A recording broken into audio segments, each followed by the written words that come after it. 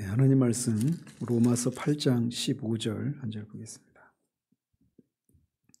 로마서 8장 15절입니다. 같이 읽겠습니다.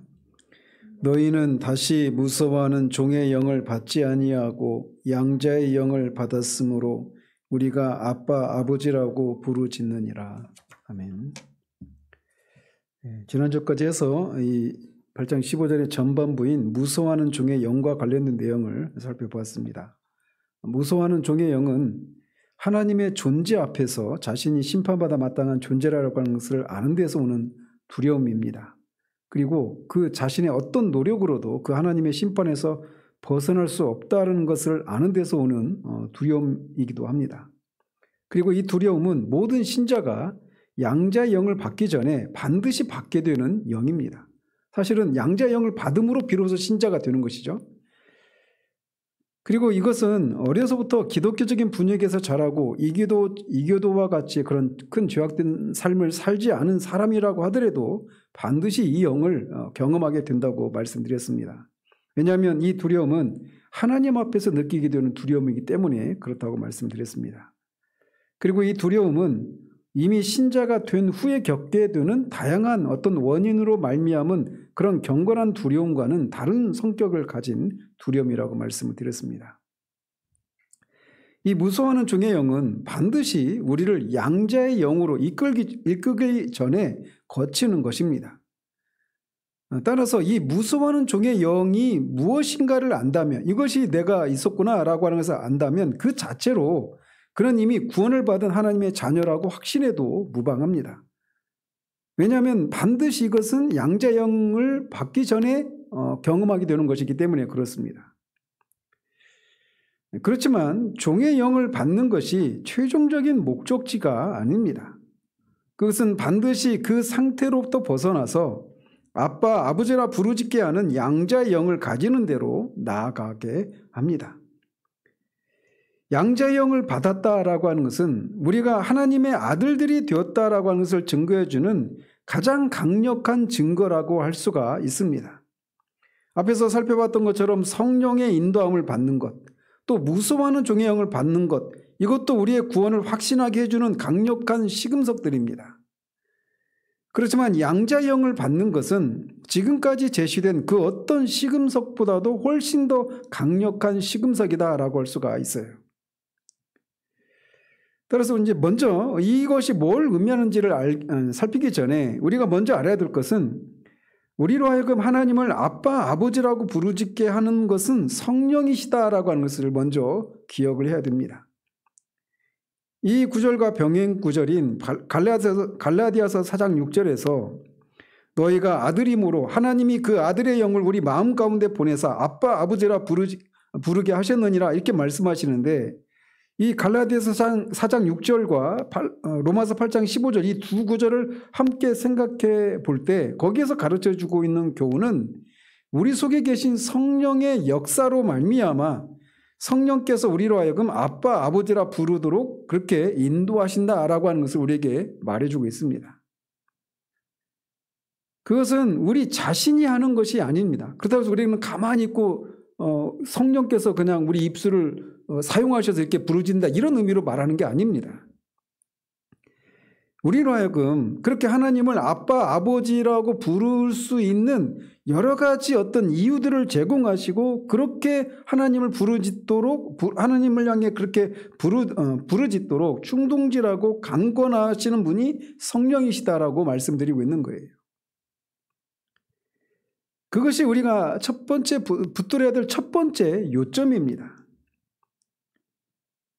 우리가 그것을 강조해야 하는 것은 이 로마서 8장 15절의 이 두 부분, 즉 앞에서 살펴봤던 무서워하는 종의 영을 산출하시는 분이 성령이신 것처럼 양자의 영을 산출하시는 분도 성령이시다라고 하는 것을 우리가 성령이시기 때문에 그렇습니다. 성령께서 무서워하는 종의 영과 양자의 영을 산출하시는 분이십니다. 이건 우리가 만들어내는 것이 아니에요. 이 사실을 아는 것은 매우 중요합니다. 왜냐하면 이 15절에서 말하는 양자의 영을 받은 것을 통해 우리가 하나님의 아들들이라고 하는 것을 확신하게 되는 것은 앞에 14절에서 성령의 인도하심을 받는 것을 통해서 하나님의 아들이라고 하는 것을 확신하게 되는 것과 다른 종류의 확신이기 때문에 그렇습니다. 우리는 이미 14절 강의를 통해서 하나님의 성령으로 인도하심을 받는다라고 하는 것을 어떻게 알 수 있는가라고 하면서 여러 가지 시금석들에 대해서 살펴보았습니다. 그리고 우리는 그런 시금석들을 우리에게 적용시켜 보는 것을 통해서 이런 일이 내 가운데 있는 것을 보니 나는 성령의 인도하심을 받고 있는 사람이구나. 그리고 내가 성령의 인도하심을 받고 있다면 나는 하나님의 아들이구나. 이런 식으로 내가 하나님의 아들이라고 하는 것을 확신하는 겁니다. 따라서 이 과정은 우리의 지적인 활동과 관련이 되어 있는 그런 것이라고 할 수가 있습니다. 여러 가지 시금석들을 가지고 우리에게 적용하고 시험해보는 이런 과정을 통해서 우리가 하나님의 아들들이구나 이렇게 확신할 수 있단 말이죠. 그런데 이 15절에서 아버지라 부르짖는 양자의 영은 여러분이 여러 시금석으로부터 끌어낼 수 있는 그런 성격의 것이 아니라는 겁니다.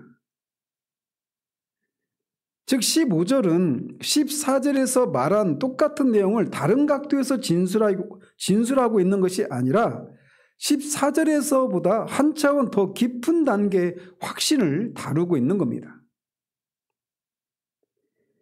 양자의 영을 받는다라고 하는 것은 주관적인 어떤 것이고, 그러니까 어떤 성령의 인도하심을 받는다라고 하는 것은 객관적인 어떤 것들을 가지고 우리가 지적인 과정을 통해 적용하는 것이잖아요. 근데 이 양자의 영을 받는다고 하는 것은 객관적인 것이 아니라 주관적인 것이에요. 주관적인 어떤 것이고 본질적으로 느낌과 정서와 직감의 영역에 속해 있는 어떤 것입니다. 그러니까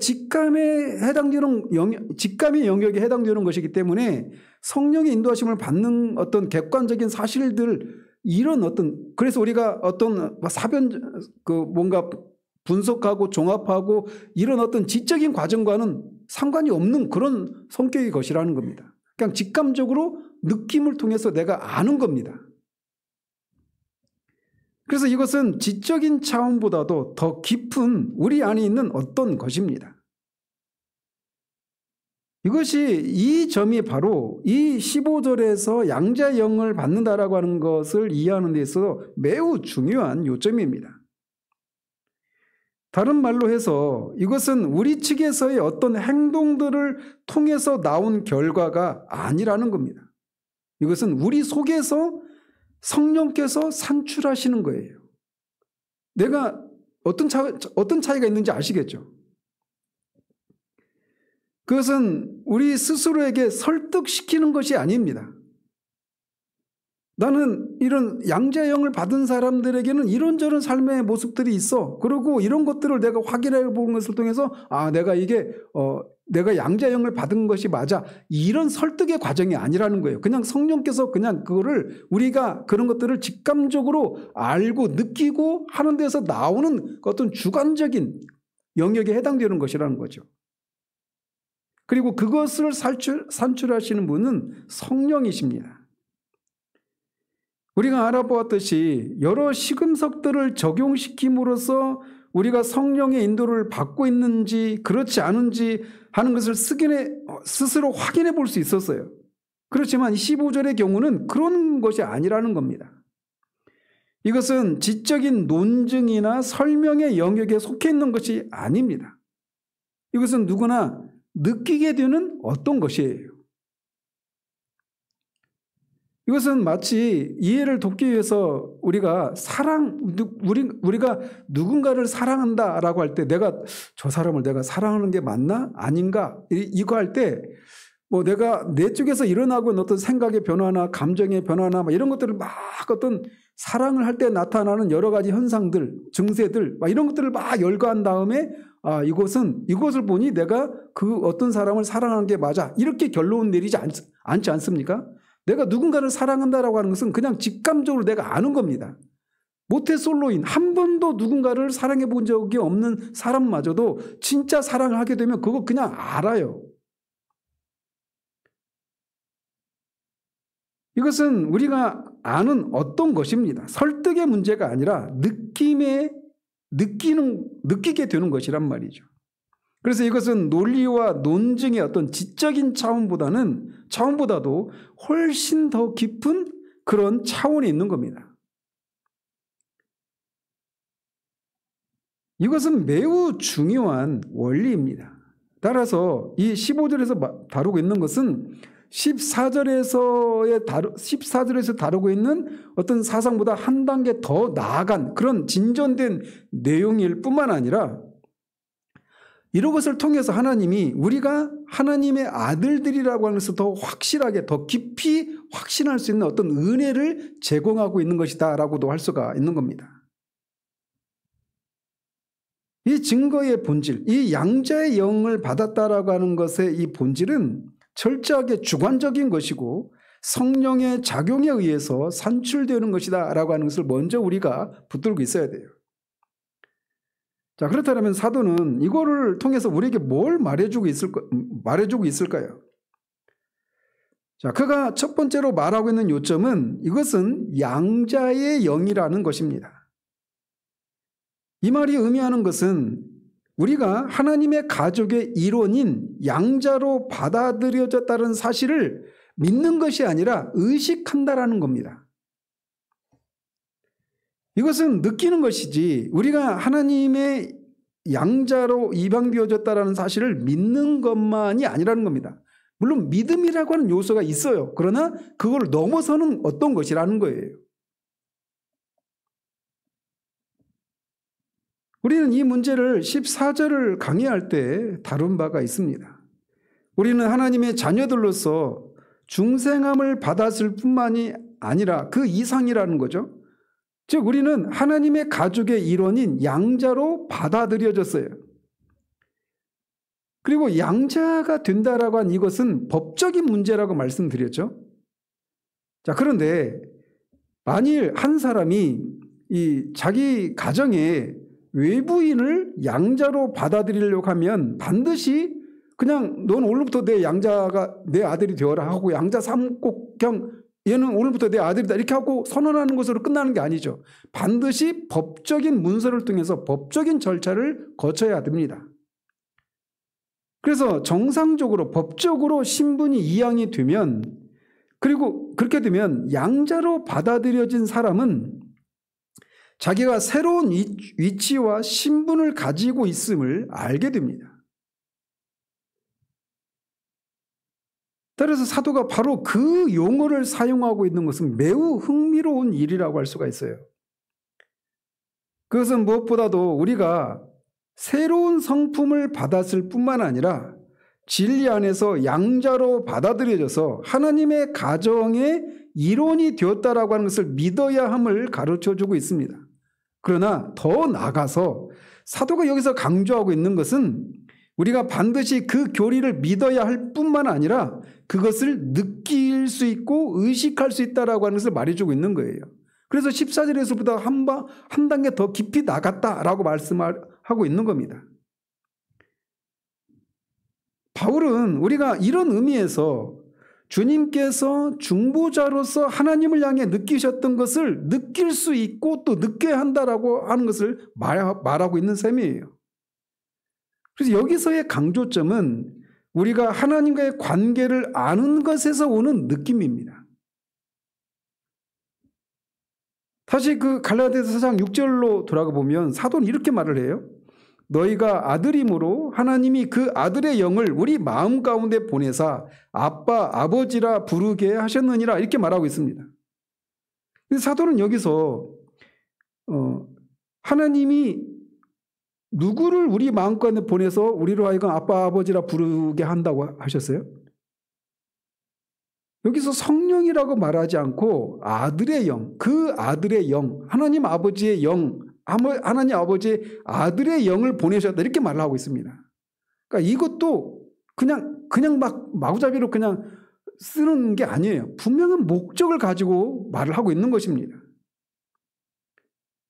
사도는 이런 표현을 통해서 성령을 아들의 영 이렇게 부르는 것을 통해서 하나님 보시기에 어떤 의미에서 우리가 하나님의 아들이신 예수 그리스도와 비교될 수 있는 위치에 서 있다는 사실을 인식시키고 있는 겁니다. 요한복음 17장 23절에서 주님이 그 대제사장적인 기도에서 이렇게 하나님께 기도하십니다. 곧 내가 그들 안에 있고 아버지께서 내 안에 계시어 그들로 온전함을 이루어 하나가 되게 하려 함은 아버지께서 나를 보내신 것과 또 나를 사랑하심 같이 그들도 사랑하신 것을 세상으로 알게 하려 함이로소이다. 이렇게 기도하십니다. 핵심은 하나님께서 자신의 독생자를 사랑하신 것처럼 우리를 사랑하고 계시다. 그러니까 하나님이 독생자를 사랑하시는 것처럼 양자된 우리를 그렇게 독생자를 사랑하시는 것처럼 사랑하시는 것을 세상으로 알 수 있도록 하기 위해서 그들이 하나 되게 해 주십시오. 이렇게 기도하고 있는 거예요. 그러니까 하나님이 우리를 사랑하신다라고 할 때 요한복음 3장 16절에서 하나님이 이처럼 세상을 사랑하사라고 할 때 그 사랑의 기기함은 하나님이 독생자를 사랑하시는 것처럼 우리를 그렇게 사랑하신다라는 겁니다. 근데 그게 가능한 것이 왜 그러느냐? 우리가 양자가 되었기 때문에. 그래서 이 말은 이 하나님께서 자기의 독생자를 사랑하신 것처럼 우리를 사랑하신다라고 하는 것과 비견될 수 있는 것은 이 세상에 아무것도 없습니다. 양자의 영이라고 하는 말 속에서 하나님께서 자기 아들 옆에 우리를 아들의 형제로 두셨다라고 하는 사실을 깨달아야 하는 것을 이렇게 나타내고 있는 표현이다. 이렇게 말할 수가 있어요. 이렇게 말할 수 있는 여러 가지 구절들이 있는데 예를 들면 히브리서 2장에서 히브리서 기자는 우리 주님을 우리 구원의 주 이렇게 묘사합니다. 그러면서 그는 우리 주님에 관해서 말하기를 거룩하게 하시는 이와 거룩하게 함을 입은 자들이 다 한 근원에서 난지라. 그러므로 형제라 부르시기를 부끄러워하지 아니하시고 이르시되, 그러니까 예수님이 우리를 형제라고 부르는 것을 부끄러워하지 않는다라는 거예요. 그러면서 내가 주의 이름을 내 형제들에게 선포하고 내가 주를 교회 중에서 찬송하리라 하셨으며 또다시 내가 그를 의지하리라 하시고 또다시 볼지어다 나와 및 하나님께서 내게 주신 자녀라 하셨으니 이렇게 말을 합니다. 이 말씀에서도 알 수 있는 것처럼 주님이 우리의 형제라는 겁니다. 뒤에 이제 그것을 위해서 예수님이 스스로 우리의 형제가 되셨단 말이에요. 그래서 그리고 나서는 우리를 형제라 부르기를 부끄러워하지 않으신다라는 겁니다. 그래서 뒤에 이제 8장 28절에 보면 예수님을 많은 형제들 중에 맏아들이 되신 분이라 이렇게 말을 하잖아요. 예수님은 독생자이셨단 말이에요. 그렇기 때문에 예수님에게는 형제들이 있을 수가 없어요. 독생자니까. 근데 그분이 우리와 같은 혈과 육을 입으시고 우리 스스로 우리의 형제가 되어주신 결과 그분에게는 많은 형제들이 생겨나게 되었단 말이죠. 그래서 우리가 성령을 아들의 영 이렇게 표현하고 있는 것을 통해서 우리를 양자 삼으셨는데 이 표현을 통해서 결국 하나님이 독생자를 사랑하시듯이 우리를 독생자의 형제들인 우리를 그렇게 사랑하신다라고 하는 것을 말해주고 있는 거예요. 하나님의 사랑, 이거는 우리가 이 땅을 살아가는 동력입니다. 이 하나님의 사랑, 우리를 향한 하나님의 사랑, 이것이야말로 우리를 이 땅에서 그 어떤 상황 가운데서도 기쁨으로 자발적으로 넉넉히 이기는 삶을 살 수 있는 근본적인 원동력이에요. 그리스도의 구속을 통해서 우리에게 일어난 일 가운데 가장 신비로운 일은 우리가 하나님의 자녀가 되어서 그분의 가족의 일원이 되었고 그 결과 우리 주 예수 그리스도의 형제들이 되었다라는 것입니다. 예수님이 우리의 큰형님이 되고 큰 오빠가 되신 거예요. 아들이 우리의 중보자로서 성부를 향해서 누리고 계셨던 느낌들, 그것이 모든 신자들도 느낄 수 있고 느껴야 하는 것이라는 겁니다. 우리가 우리의 존재 깊은 곳에서 우리의 복되신 주님 자신과 함께 서 있다라고 하는 것을 알고 느낄 수 있다라는 것입니다. 우리가 양자로 받아들여질 때 그가 그의 중보적인 위치에서 가졌던 아들됨의 이 느낌을 우리도 가지고 있는 것이라는 거예요. 우리가 양자되었다라고 하는 것은 바로 그런 것을 의미하는 겁니다. 다시 말씀드리지만 이 양자의 영은 본질적으로 우리를 향한 하나님의 사랑 우리가 느낀다 이게 아니라 우리를 향한 우리를 향한 하나님의 사랑을 알고 우리가 하나님을 향해서 사랑하는 그 느낌의 문제인 거예요. 양자잖아요. 양자영이잖아요. 그래서 아들로서 하나님을 아버지로서 알고 그 아버지를 향한 그런 친밀함과 이런 것들을 우리가 아는, 그러니까 우리 쪽에서 하나님을 향해서 그 사랑하는 이 느낌과 관련된 것이 양자영이라는 거예요. 어떤 말인지 아시겠죠? 우리를 향한 하나님의 사랑을 느끼는 것을 말하는 것이 아니라 그 사랑을 우리가 인식하고 우리 쪽에서 그 사랑에 대한 반응으로서 하나님을 사랑하는 이 느낌과 관련된 것이 양자영이라는 거예요. 그것은 우리가 이런 것과 관련된 성경의 교훈들을 믿는다라고 하는 것만이 아닙니다. 그보다 훨씬 더 깊은 것을 내포하고 있어요. 우리는 진실로 그것을 알고 느낍니다. 물론 이 느낌의 정도에 있어서는 무서워하는 종의 영을 말씀드린 것처럼 정도에 있어서는 사람마다 차이가 있을 수 있습니다. 그리고 한 사람 안에서도 이 느낌의 정도는 어떤 때는 이걸 느끼지 못할 수도 있고 덜할 수도 있고 더 풍성하고 확신할 수도 있고 이런 정도의 차이는 있습니다. 그래서 만약 양자의 영을 우리가 가지고 있다면 어느 정도의 느낌이 반드시 있는 겁니다. 무서워하는 종의 영이 반드시 있는 것처럼. 이것은 우리가 그저 하나님께서 우리를 축복하시고 우리에게 은혜로우시다는 사실을 의식해야 한다는 것을 의미하는 게 아닙니다. 물론 이것을 의식하는 것도 놀라운 일이고 우리가 하나님의 아들들이라고 하는 것을 증거해 주는 그런 일부라고 할 수 있어요. 그러나 바울의 진술은 그것보다 더 나가고 있는 겁니다. 그것은 우리를 축복하고 계시는 하나님께 관한 우리의 느낌을 내포하고 있는 거예요. 우리는 우리 속에 있는 양자의 영을 의식하지 않고도 우리를 은혜롭게 다루시는 하나님의 자비하심을 의식할 수 있습니다. 나는 하나님께서 나를 이렇게 비상한 방식으로 나를 축복하고 계신다라는 것을 안다 이렇게 말할 수 있어요. 그런데 사도가 여기서 지금 강조하고 있는 것은 우리들 속에서 일어나는 하나님을 향한 감정을 말하는 겁니다. 요한 1서에서 이렇게 말을 해요. 우리가 사랑함은 그가 먼저 우리를 사랑하셨습니다. 그래서 먼저 우리가 의식해야 될 것은 뭡니까? 하나님을 향한 우리의 사랑이 아니죠. 그것이 가능한 것은 하나님이 먼저 우리를 사랑하셨기 때문에 우리가 하나님을 비로소 사랑할 수 있게 되는 거란 말이에요. 그래서 이 양자의 영은 하나님 우리를 사랑하신다 이거를 느끼는 것과 관련된 것이 아니라 그 사랑을 느낀 우리가 하나님을 향해서 하나님을 사랑하는 이것과 관련된 것이란 말이에요.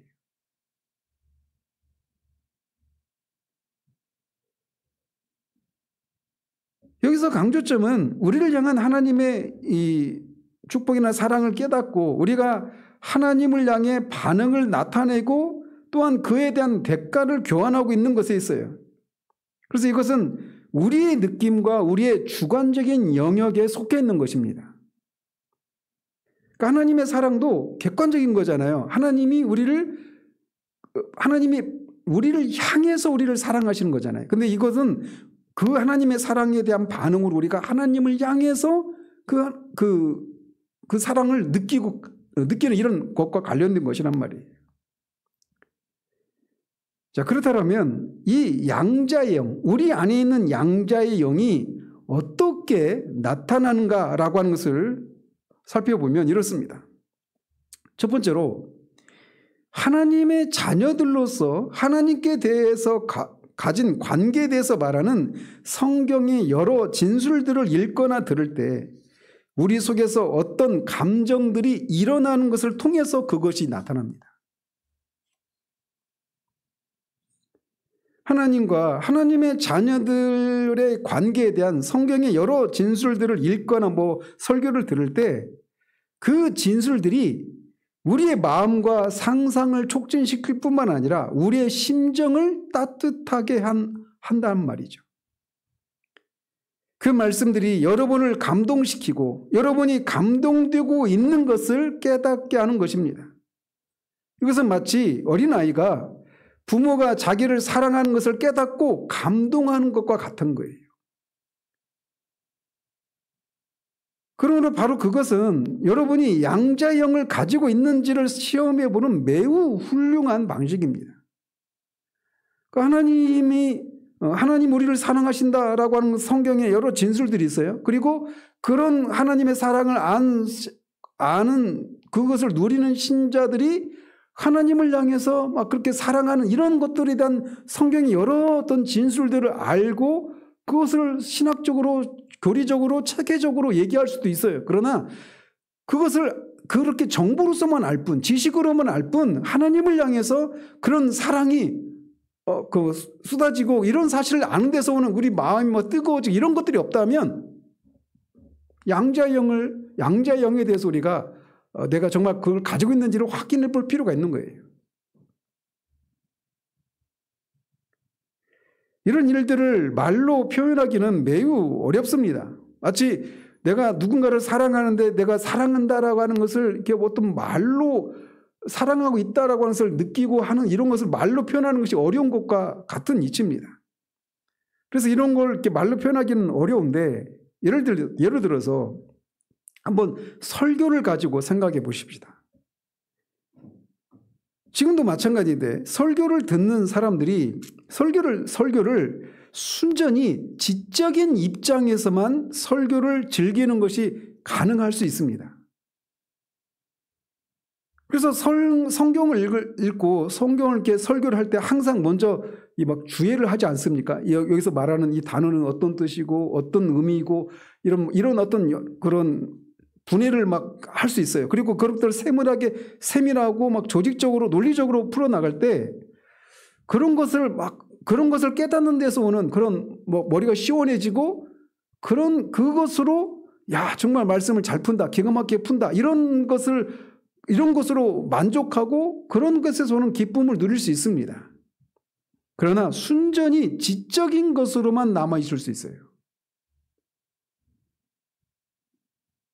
그러나 그런 것과 달리 여러분이 여러분 앞에 제시되고 있는 이런저런 진리가 매우 인격적인 방식으로 여러분에게 와닿고 여러분을 감동시키고 또 여러분을 감격하게 한다라고 하는 것을 느낄 때 그것은 단순히 지적인 방식으로 이해하고 만족해 하는 것과는 완전히 다른 차원의 문제입니다.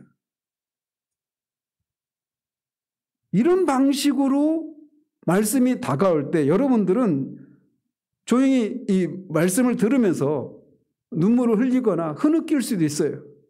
또 흐느끼지는 않는다 할지라도 울지 않는다 할지라도 최소한 거기에는 말씀이 그런 방식으로 우리에게 다가올 때는 여러분의 마음을 녹이고 감동시키는 그런 성질이 있습니다. 왜냐하면 그 진리가 여러분에게 해당되는 진리라고 하는 것을 알기 때문에 그래요.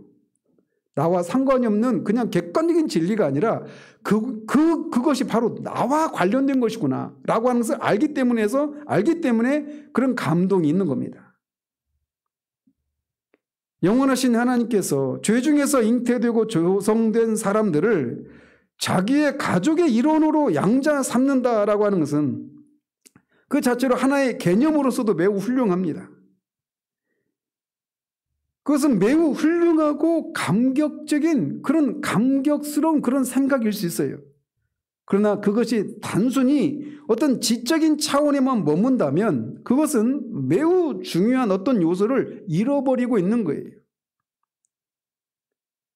즉 여러분 자신에게 해당되는 진리라고 하는 것을 아는 그것을 놓치고 있는 거란 말이죠. 그러나 그 진리가 여러분에게 해당되는 것이다라고 하는 것을 알게 될 때 여러분은 겸손하게 되고 감동하게 되고 마음이 녹는 겁니다. 그것이 성경에서 우리에 대해서 언급하는 이런 영광스러운 진술에 대한 우리의 깊은 곳 속에서 나타나는 반응인 거예요. 그래서 양자형이 우리 가운데 있구나라고 확인하는 한 가지 방법이 바로 이런 겁니다.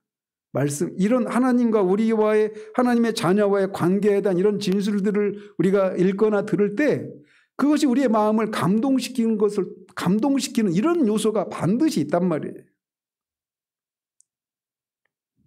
이것은 하나님과의 새로운 관계에 대해서 우리 안에서 가지고 있는 하나의 보편적인 느낌입니다.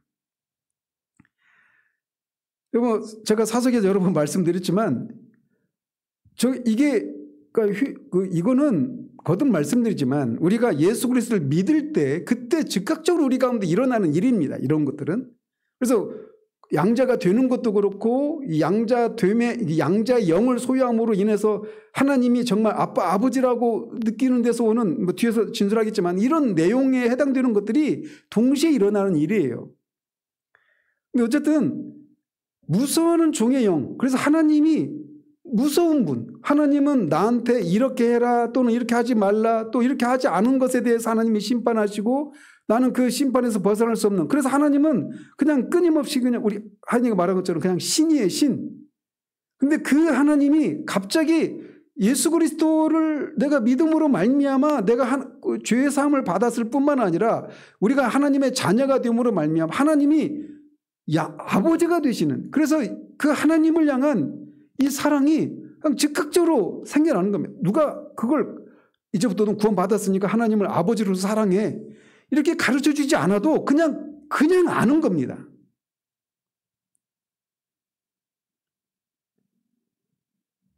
그래서 이것은 하나님과의 새로운 관계에 대해서 우리 안에서 가지고 있는 하나의 보편적인 느낌입니다. 다른 말로 해서 더 이상 단순히 하나님을 믿는 정도가 아니라는 거예요. 그것이 모든 사람들에게 해당되는 진리여야 합니다.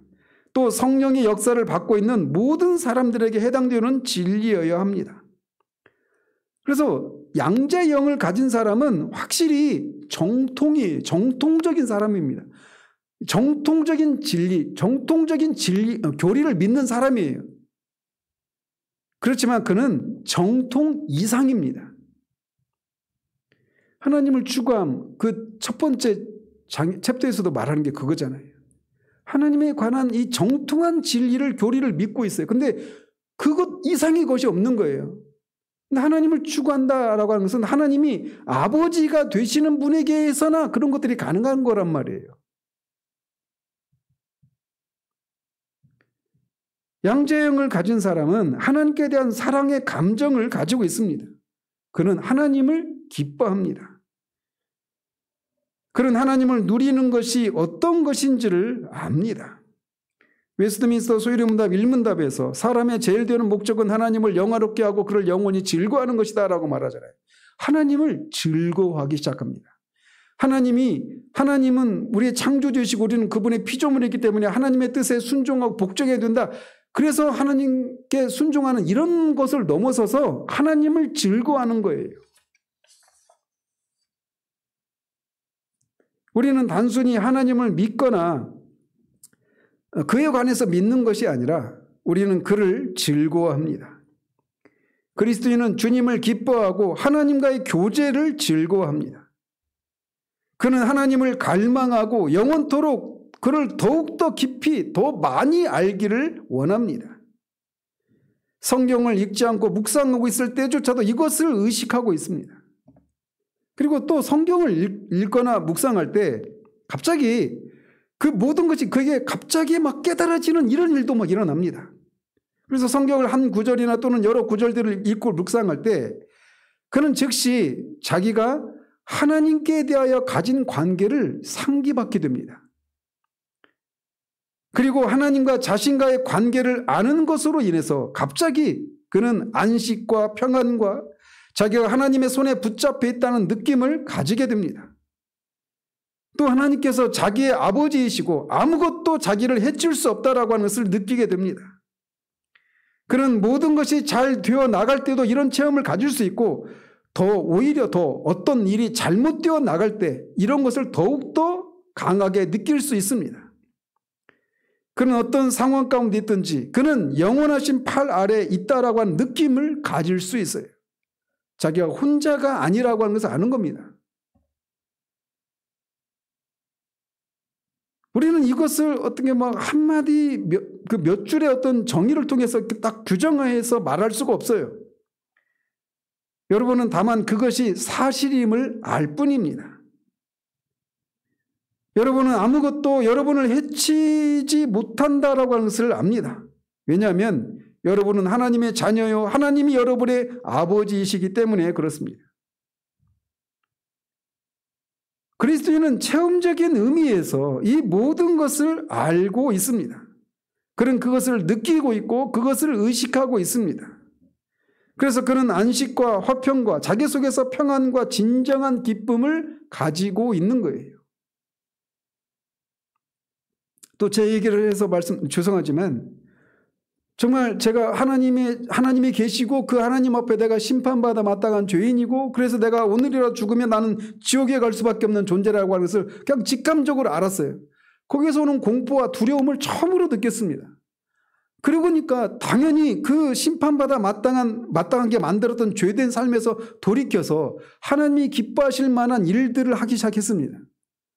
그 세월을 4년을 보냈는데 그 안에서도 제가 말할 수 없는 어떤 그 공허함과 어떤 허함이 있는 겁니다. 계속 존재하는 거예요.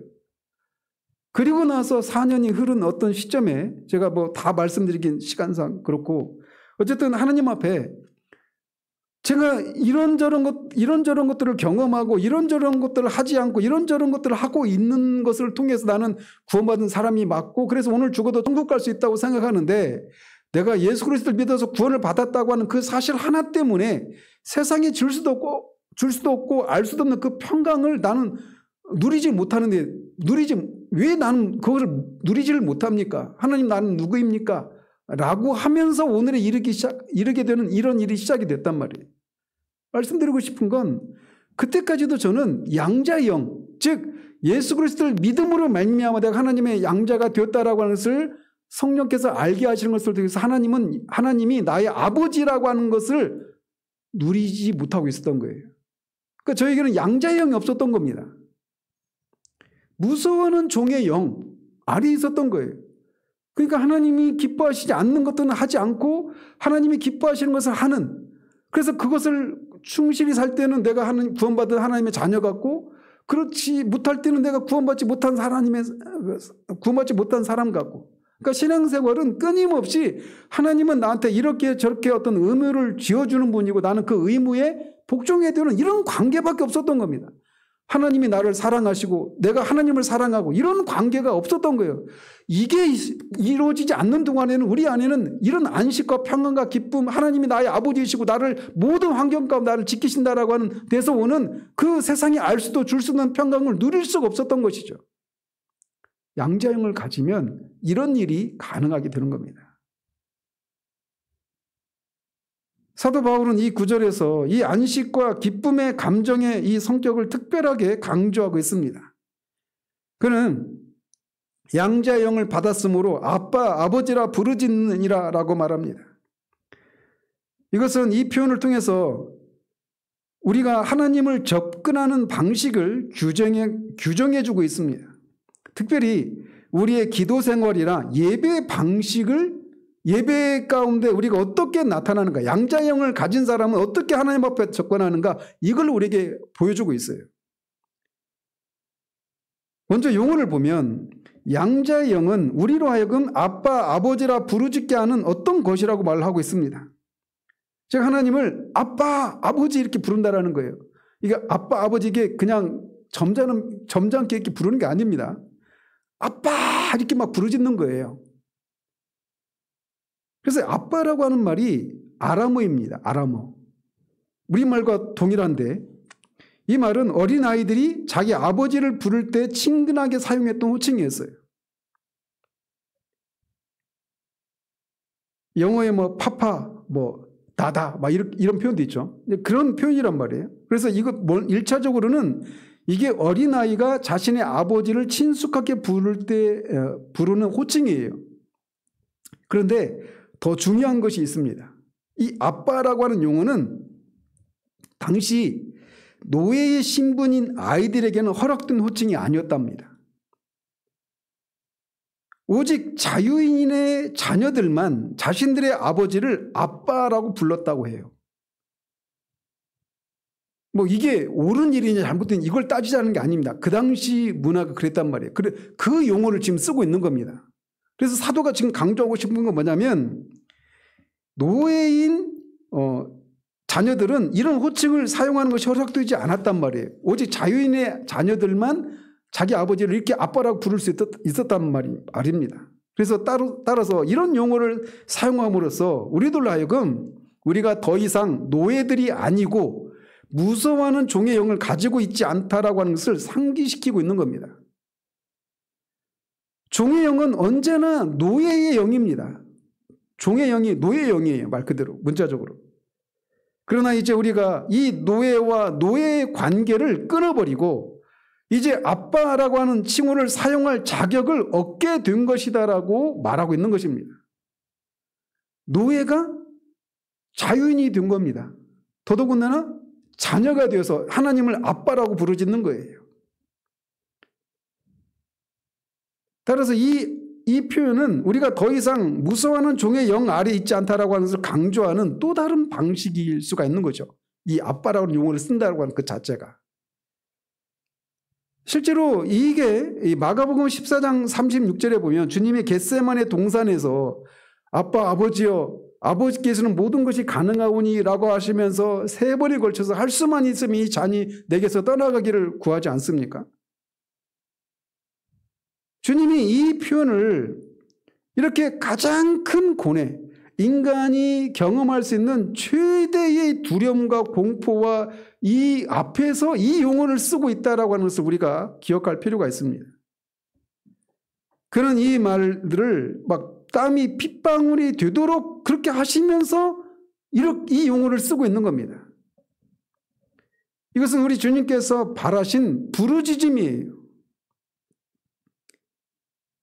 아빠, 아버지. 그것은 바로 사도가 우리들에게 말하는 바 하나님의 자녀로 받아들여졌음을 깨닫는 사람의 마음속으로부터 터져나오는 부르짖음이라는 겁니다. 이 부르짖는다라고 하는 말을 생각해 보십시다. 우리는 양자의 영을 받아서 아빠, 아버지라 부르짖게 된다고 말을 합니다.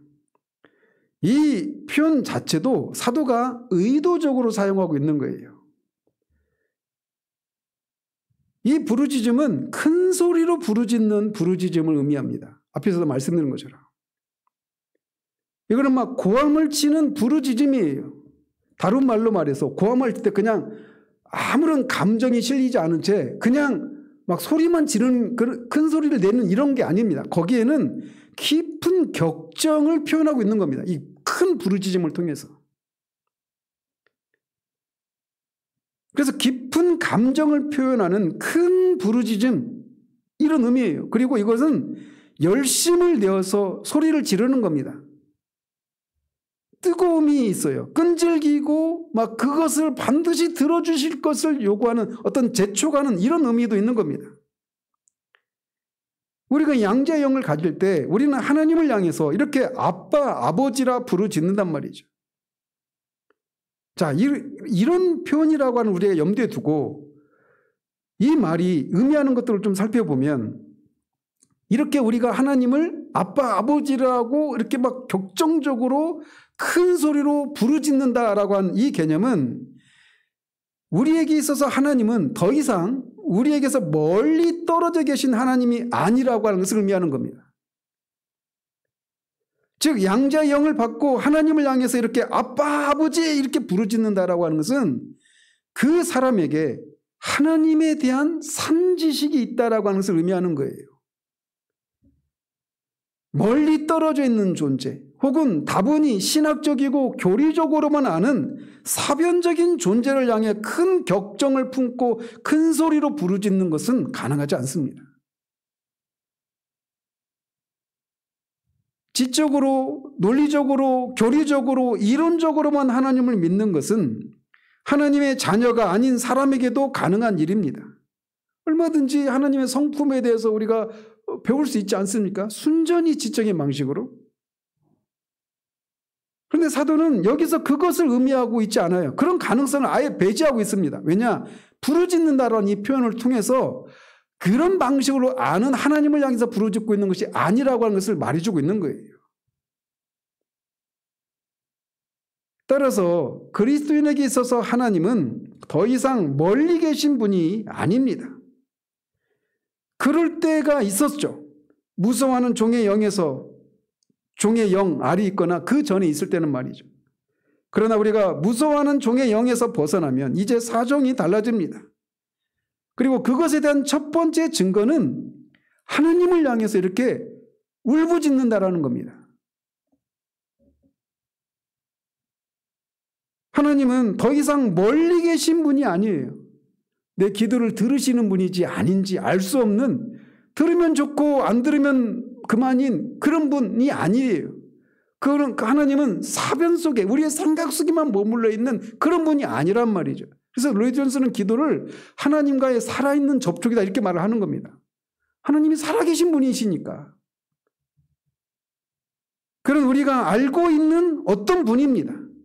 막연한 어떤 개념과 관념 속에, 사변 속에 머물러 있는 그런 분이 아니에요. 형이상학적인 그런 존재가 아니란 말입니다. 살아계신 인격체이신, 우리의 기도를 들으시는, 우리와 어떤 그런 감정의 교리를 할 수 있는 그런 분으로 우리가 알고 그렇게 하나님께 부르짖는 거예요. 바울이 에베소서 2장에서 표현하듯이 그는 우리와 가까이 계신 하나님이십니다.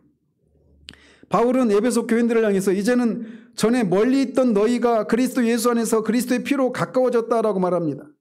누구에게 가까워졌다고 말을 하고 있습니까? 문맥상 하나님께 가까워졌다라고 말하고 있습니다. 그전에는 하나님으로부터 멀리 떨어져 있었어요. 다른 말로 해서 지금 존재하는 관계, 이 신자가 된 그 이방인이었던 사람들이 신자가 되고 나니까 이제 하나님과의 관계가 부모와 자녀 사이의 관계라고 말하고 있는 겁니다. 하나님은 더 이상 먼 하늘에 떨어져 계신 분이 아닙니다. 물론 그는 거기에 계십니다. 그러나 그는 자녀에 대해서 하늘에만 계신 분이 아니요, 가까이 계시고, 그래서 그리스도인은 그의 자녀로서 그를 가까이 접근할 수 있는 겁니다.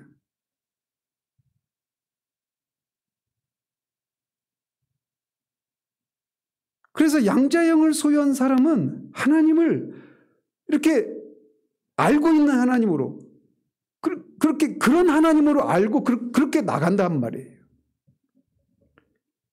사도가 이 양자형을 소유한 사람들은 하나님을 향해 아빠, 아버지라 부르짖느니라 라고 한 이 말을 통해서 하나님의 자녀가 하나님께 대해서 어떤 방식으로 말하는가를 정확하게 일러주고 있습니다. 그는 형식적이고 기계적이고 냉랭한 방식으로 그렇게 하지 않습니다.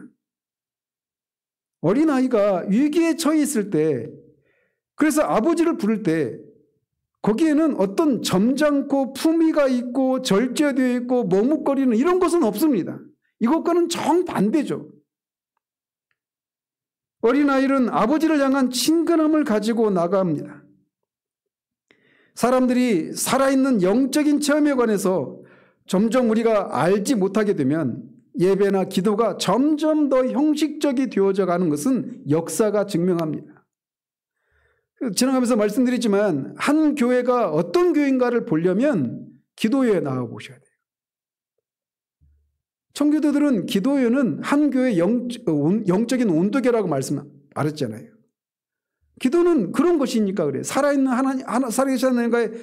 하나님과의 살아있는 접촉이니까. 한 개인도 마찬가지입니다. 사람들이 하나님께 대해서 살아있는 체험을 하게 될 때 그들은 형식에 점점 덜 의지하게 될 것입니다. 그러나 반대로 하나님과 살아있는 그런 관계를 누리지 못하면 점점 형식적이 되어져 가요. 예배도 그렇고 기도도 그렇습니다.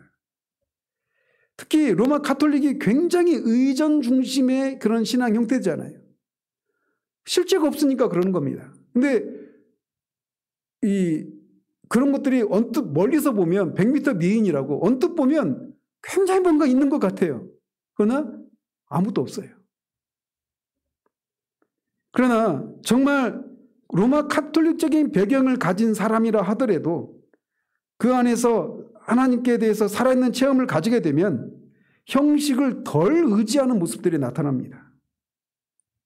그래서 예를 들면 제가 그분의 신앙에 대해서 모든 것을 인정하는 건 아니지만 잔느 기용이나 페넬로 같은 이런 분들을 보면 또 얀센파였던 파스칼 같은 경우에 보면 그들은 살아계신 하나님과의 살아있는 접촉이 무엇인지를 알았던 사람이었다라고 하는 것을 보게 됩니다. 그들은 형식에 대해서 별로 관심을 두지 않았어요. 그러니까 온통 형식에 관심을 두는 사람들한테 핍박을 받죠. 우리의 신앙이 형식화되어 가면 갈수록 그것은 점점 죽어지고 영성이 빈약해지는 것입니다.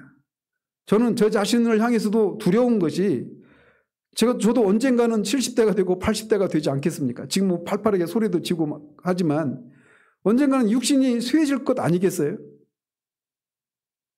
근데 이런 것이 외적으로는 이런 것들이 점점 덜해지겠지만 신앙에 있어서 이렇게 신앙이 형식화되어져 가는 이런 모습으로 점점 쇠퇴해 가지는 않을까라고 하는 두려움이 있어요. 우리는 정말 그렇지 않아야 됩니다. 양자형을 가진 사람은 형식적이고 기계적이고 냉랭한 방식으로 기도하지 않습니다. 짧은 기도를 해도 거기에는 그게 있어요. 만약에 우리가 정말 짧은 기도를 하더라도 거기에 형식적이고 기계적이고 어떤 냉랭한 그런 기도를 하고 있다라면 우리는 각성해야 됩니다. 우리 스스로를. 양자형을 가진 사람의 예배나 기도하는 것은 자발적입니다. 아버지를 보고 아빠라고 말하는 어린아이의 자발성이 있어요. 자발성뿐만 아니라 확신도 있습니다. 어린아이는 확신을 가지고 아버지께 나갑니다. 그 아버지가 내 아버지인지 나는 그 아버지의 자식인지 자신을 분석하고 이러지 않습니다. 그렇게 할 수도 없습니다. 그 어린아이는 아빠가 자기 아버지인 것을 압니다. 그렇지만 다 자란 사람들은 멀리 뒤로 물러서서 점잖을 빼면서 매우 형식적일 수 있어요. 그러나 어린아이는 막 아버지께는 막 뛰어들고 때로는 아버지의 다리를 막 붙들고 막 매달립니다. 그런 아무도 가지지 않은 그런 권리를 가지고 있어요. 그것은 논리와 이해의 문제가 아닙니다. 이거는 본능의 문제예요.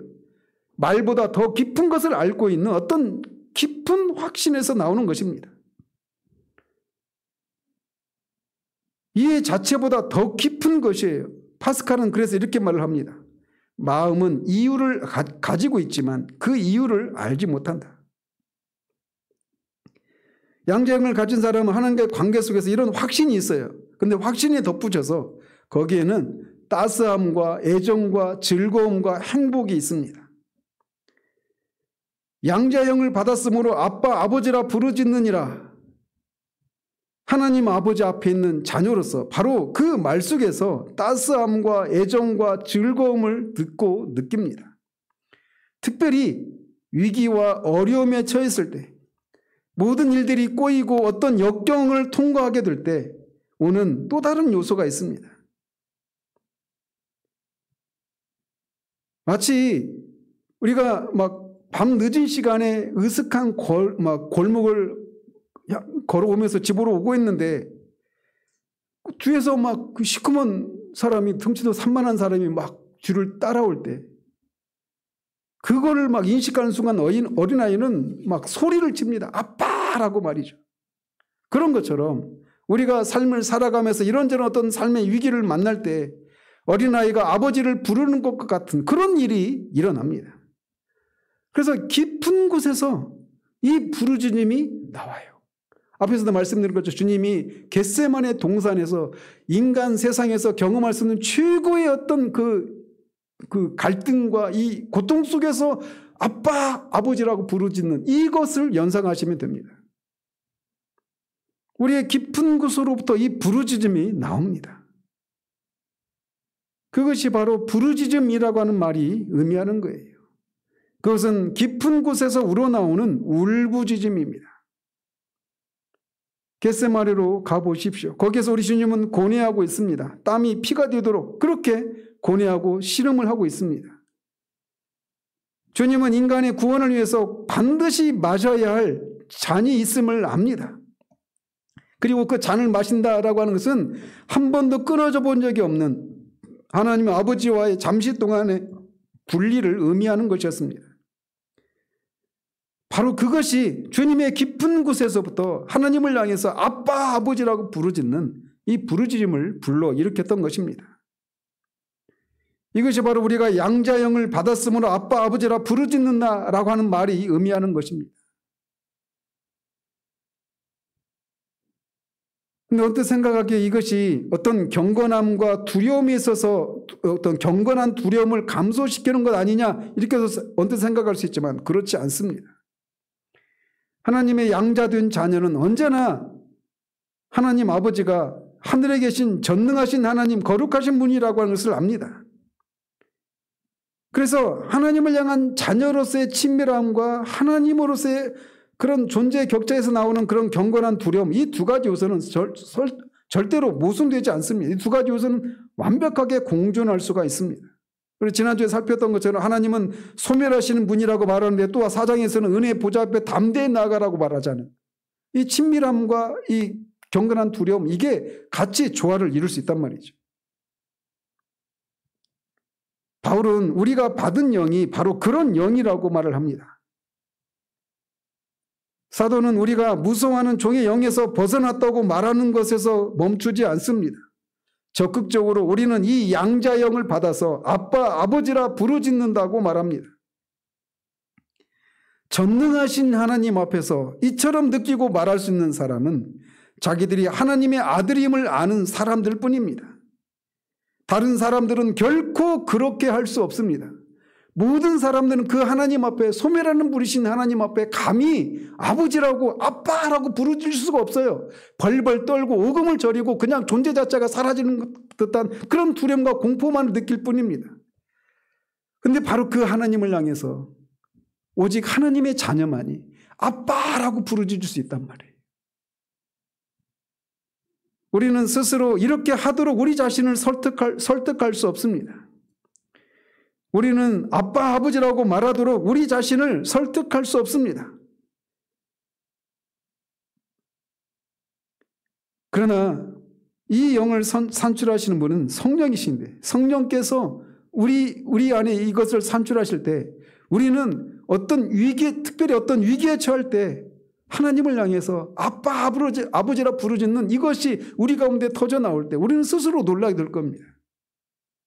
오직 자녀들만이 아빠, 아버지라고 부르짖는다는 것에 대해서 알고 있다면 여러분은 하나님의 자녀라고 확신할 수 있습니다. 그리고 마지막으로 덧붙이고 싶은 건 이렇게 할 수 있는 것은 오직 예수 그리스도를 통해서만 가능하다라는 것입니다. 우리는 예수 그리스도를 떠나서는 하나님을 믿을 수 없습니다. 그가 아니고서는 하나님을 아버지로서 알 수도 없습니다. 나는 길이요 진리요 생명이니 나로 말미암지 않고는 아버지께로 올 자가 없다라고 우리 주님이 말씀하셨어요. 오직 예수 그리스도를 통해서만 우리는 아버지 하나님께 나아갈 수가 있습니다. 그리스도를 떠나서 하나님은 우리의 마음속에 아들의 영을 보내지 않습니다. 또 하나님께서 우리 마음속에 아들의 영을 보내실 때 그 부르짖음이 우리의 깊은 곳에서 튀어나오게 하십니다. 아빠, 아버지 이것에 대해서 우리는 얼마나 많이 알고 있습니까? 진정한 기독교는 바로 이것입니다. 하나님을 아버지라고 부를 수 있는 것. 그러나 우리는 너무나도 많은 경우에 우리의 행동에 또는 우리가 처한 어떤 여러 가지 어려움 이런 것들에 너무나 지나친 관심을 기울이고 있습니다. 어떻게 하면 내가 이런 죄에서 벗어날 수 있을까? 어떻게 하면 내가 이런 상황에서 하나님 인도를 받아서 위기를 넘길 수 있을까? 우리가 이런 일들을 나라고 하는 것을 내세워서 접근하기 때문에 이런 영광스러운 요소들을 놓치고 있는 겁니다. 우리 그리스도인들에게 있어서 가장 영광스러운 진리는 하나님께 대한 인격적이고 개인적인 관계를 우리가 누릴 수 있다는 것입니다. 천지를 창조하신 창조주 하나님, 우주 안에 일어나는 그 모든 크고 작은 모든 일들을 주관하시고 섭리하시고 통치하시는 하나님, 그 하나님이 그리스도를 통해서 우리의 아버지가 되어졌다는 겁니다. 그래서 마치 세상에서 하나님과 나밖에 없는 것처럼 우리의 문제를 그렇게 하나님이 관심을 가지시고 우리를 인도하시고 이끄시고, 특별히 우리가 어떤 위기를 만날 때 우리로 하여금 아빠, 아버지라고 이렇게 부르짖을 수 있도록 해달라. 할 수 있다라는 그 자유를 누린다라는 것. 작년에 오셨던 그 장로님이 제가 1월 초에 한번 문자를 보내고 지금 몇 개월 됐는데, 그 문자 끝에 아무 때라도 어떤 일이라도 제 도움이 필요하면 연락하시라고 굉장히 위로를 받더라고요. 근데 하나님은 우리가 그렇게 아무 때라도 어떤 문제라도 그렇게 우리가 자녀로서 나아갈 수 있는 분이 하나님 아버지시라는 사실입니다.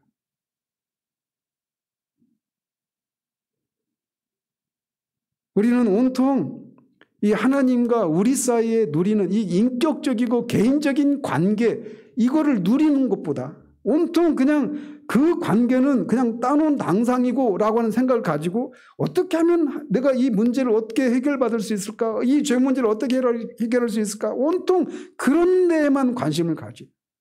하나님과의 관계를 누린다라고 하는 것은 바로 이것을 의미하는 겁니다. 구원의 궁극적인 목적은 우리로 하여금 지옥에 가지 않도록 우리를 건지시는 것에서 그치는 것이 아닙니다. 우리를 어떤 구체적인 어떤 죄에서 벗어나게 하는 것이 구원의 궁극적인 목적이 아닙니다. 구원의 궁극적인 목적은 우리가 양자의 특권을 누릴 수 있고 하나님의 자녀가 되어서 그리스도와 함께 그 상속자가 되게 하는 것입니다. 우리의 궁극적인 복은 하나님을 보는 겁니다. 최고 선이신 하나님을 보는 거예요. 직접적으로. 근데 이 땅에서부터 그 최고의 선이신 하나님을 우리가 양자의 영을 소유해서 하나님을 아빠, 아버지라 부르짖으면서 이런 아버지와 자녀로서의 관계를 누릴 수 있다는 것입니다. 이것이 신앙의 궁극적인 목적이에요. 거기에는 항상 이렇게 우리를 향한 하나님의 사랑을 아는 데서 알고 그 하나님을 향해서 우리 쪽에서 하나님을 향해서 흘러나가는 이 감정의 요소, 그 느낌의 요소, 이런 것들이 반드시 있다는 겁니다. 우리가 만약에 이것을 누리고 있지 않다면 우리는 무엇인가를 해야 합니다. 그리고 할 수 있어요. 우리가 이것을 이제 다음 주에 살펴볼 겁니다. 사실 우리가 이것이 가능하다라고 하는 것을 아는 것 자체만으로도 이 가난한 시대 가운데서는 굉장히 진일보한 그런 위치에 있다, 이렇게 말씀드릴 수 있어요. 왜냐하면 이것을 알지 못하는 사람들이 너무나 많기 때문에 그렇습니다. 많은 사람들은 자신이 구원받았다고 하는 것을 만족하고 거기에 머물러 버립니다. 그들은 단지 그냥 이런 양자의 영이 무엇인지 이런 지식을 소유하게만 하면 되는 것이고 어떤 괴로움들에서 벗어나 있기만 하면 된다고 믿고 있습니다. 그러나 신앙은 이것을 넘어서는 거예요. 우리는 시작은 있지만 끝이 없는 이 여행에 들어온 사람들입니다. 하나님과의 관계를 누림은 시작은 있지만 끝이 없어요. 하나님이 무한하신 분이시기 때문에. 근데 얼마나 많은 경우에 우리는 과거를 돌아보면서 내가 그런 적이 있었어 라고 말하면서 더 이상 나가지 못하고 성장이 없는, 그저 처음 믿었을 때 그 하나님에 대한 몇 가지 지식, 그리스도에 대한 몇 가지 지식, 구원에 관한 몇 가지 지식, 이런 것만 가지고 그냥 주구장창 하나님과의 그런 살아있는 접촉을 누린다라고 하는 것이 무엇인지 모른 채 형식적이고 기계적이고 타성교져져 버린 이런 삶을 살아가는 경우들이 얼마나 많습니까? 하나님, 신앙은 이 양자형을 우리에게 주시고 그 하나님께 우리가 언제라도 무슨 일을 어떤 어려움이 있어도 또 어려움이 없다 하더라도 그 하나님이 너무나 좋으신 분이시기 때문에 사랑받으실 만한 분이시기 때문에 그렇게 하나님 앞에 나아가는 거. 그 하나님과의 관계를 누림. 이것이 신앙의 궁극입니다. 이것이 우리 가운데 다시 회복되어지기를 또 누리고 있다면 더 이것은 시작이 있지만 끝이 없는 것이기 때문에 끊임없이 더라고 하는 이 갈망이 우리 가운데 있어서 이 누림을 계속해서 나가는 그래서 하나님이 독생자를 사랑하신 것처럼 하나님이 우리를 사랑하신다라고 하는 것을 세상이 알 수 있도록 그렇게 주님이 기도하신 것처럼 그렇게 살아가는 것이 하나님을 기쁘시게 해드리는 삶이라는 것을 우리가 알고 힘써 누리는 우리 모두 되기를 바랍니다. 기도하겠습니다. 하나님 아버지, 양자형을 받았다라고 하는 것이 무엇인지를 오늘 살펴봤습니다. 하나님, 우리가 이것이 무엇이다라고 어찌 한두 마디 말로 다 규정을 할 수 있겠습니까? 하나님과 인격적이고 개인적인 관계를 누림이라고 하는 것이 양자형을 누린 데서 오는 이 궁극적인 것인데 이 관계를 누린다라고 하는 것을 어찌 한두 마디 말로 다 표현할 수 있겠습니까? 하나님, 우리가 예수 그리스도를 믿었다라고 한다면 무서워하는 종의 영을 우리가 경험하고 또 양자형을 또 소유하게 되는 것도 반드시 우리 가운데 있어야 되는 것임을 우리가 알고 이 가난한 시대 가운데 정말 양자형을 소유하고 이 양자형을 소유했기 때문에 하나님과 그렇게 개인적이고 인격적인 그런 관계를 누린 데서 오는 진짜 살아있음을, 생명을, 누림을, 사랑을 나누는 것임을 하나님 우리가 조금이라도 드러내어서 하나님께 기쁨을 드리는 그런 우리들 되기를 소원합니다. 예수 그리스도 이름으로 기도합니다. 아멘.